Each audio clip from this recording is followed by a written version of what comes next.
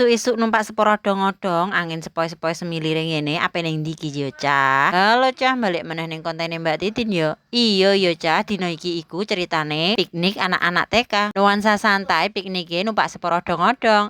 Ucuk-ucuk wis teko nggone ae. Iki piknike ning daerah Bluro yo, Cah. Agek teko langsung pesen mangan ae. Soale engko wedine rame nek pas wayah mangan awan, Cah. Kira-kira kowe roh apa ora, Cah? Iki aku piknik karo anakku ning ndi yo? Jajal komeno sing roh. Encene bocah cilik mesti sing dijujuk nek payah piknik ya iku renang. Area renange ombo, Cah, khusus kanggo anak. Tikete murah mung 10.000 wae. Ning kene wahanane akeh, Cah. Salah sijine ya iku sepur sawah. Numpak sepur rong hubungan ngene iki tikete ya mung 10.000, Cah, murah pora. Liyane wahana iki sebenere akeh, Cah, wahana liyane, tapi ora ke video, Cah, soale ngetutno bocah iki ya pegel. Bar iki njaluk iko, bar iko njaluk iki, yo ngono iku terus. Numpak sepur sawah ngene iki ae, bojolku senenge wis pol, Cah. Piknik nang kene iki murah, Cah, tiket mlebune mek 2.500 ae. Numpak wahana liya-liyane per wahana iku ana sing 10.000, ana sing 15.000, ana juga sing 20.000.